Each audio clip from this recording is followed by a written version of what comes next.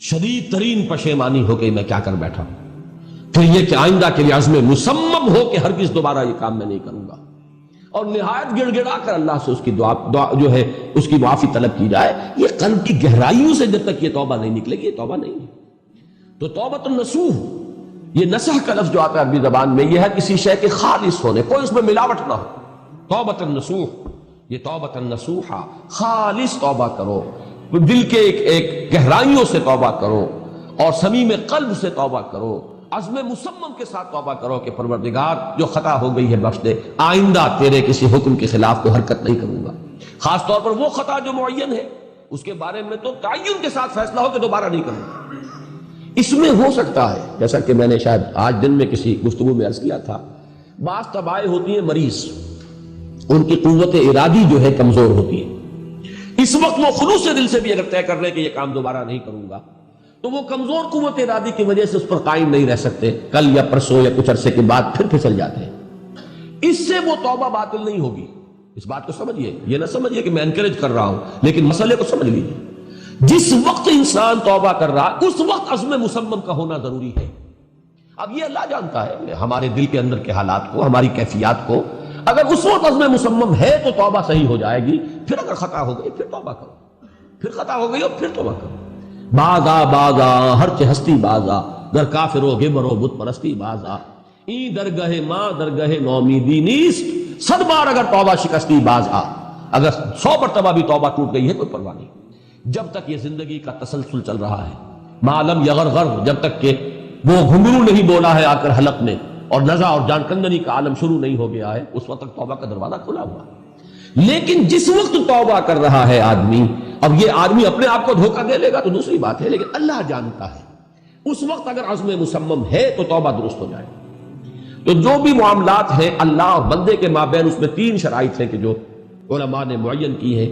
ایک حقیقی پشیمانی، وہ پشیمانی جس کے لیے اقبال کا وہ شعر بہت مشہور ہے جو انہوں نے نوجوانی میں کہا تھا، اور داغ دہلوی اس مجلس میں موجود تھے جہاں علامہ نے یہ شعر پڑھا ہے.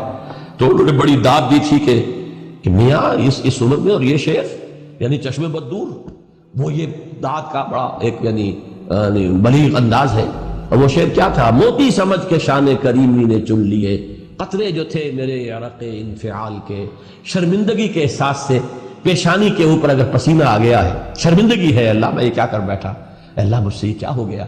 تو یہ شرمندگی سے اگر عرق آلود ہو گئی ہے پیشانی، تو اللہ کو یہ اتنی محبوب ہے کہ موتی سمجھ کے شان کریمی نے چن لیے، قطرے جو تھے میرے عرق انفعال کے. حدیث میں یہ مضمون آیا ہے. اللہ کو کتنی خوشی ہوتی ہے اپنے بندے کے توبہ سے.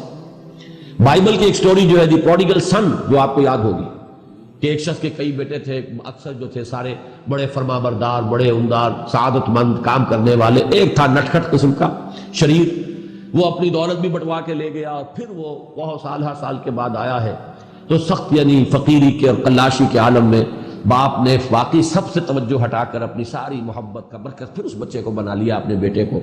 تو وہ سعادت مند بیٹے تھے، انہوں نے کہا یہ کیا کیا، یہ ایسا اور یہ ایسا اور یہ ایسا، اس نے یہ کیا، اور آج آپ پھر اس کے لیے وہی آپ کی محبت جو ہے وہ یہاں پھر اس کے جو ہے شامل حال ہو گئی ہے.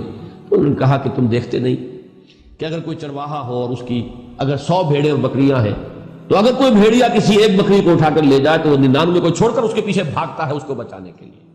جو میرے ہیں وہ تو ہے ہی ہے، جو مجھ سے دور چلا گیا تھا وہ اگر لوٹ کر آیا ہے تو در حقیقت یہ ہے میری توجہ کا اور میری محبت کا سب سے زیادہ مستحق. یہی معاملہ اللہ کا. یہ در حقیقت ایک پیرابل ہے، ایک کہانی ہے جس میں اللہ کی وہ شفقت جو ہے اپنے گناہگار بندوں کے جو شامل حال ہوتی ہے جب وہ توبہ کرتے ہیں، جس کے لیے حدیث میں آخری بات بیان کر دی گئی. یہ تصور دیا گیا ہے کہ ایک لقو دق راہ میں ایک شخص سفر کر رہا تھا. ایک ہی اونٹنی سواری کی، اسی پر اس کا راشن بھی تھا، پانی بھی تھا. تھوڑی دیر کے لیے وہ ایک درخت کے سائے میں بیٹھا سستانے کے لیے، دھوپ کی تمازت سے بچنے کے لیے. تو ذرا بیٹھا بیٹھا اونگ گیا. اب جو آنکھ کھلی تو دیکھا کہ اونٹنی غائب ہے. اس کا سفر کا ذریعہ وہی، پانی اسی پر، راشن اسی پر، گویا کہ کل زندگی کا ذریعہ جو ہے وہ اونٹنی تھی اس کی. لقو دق سے رہا ہے، کہاں جائے، کہیں پانی نہیں، کچھ کھانے کے لیے نہیں. دیوانہ وار دوڑتا ہے دائیں بائیں ادھر ادھر اونٹنی کو ڈھونڈنے کے لیے، کہیں سراغ نہیں ملتا.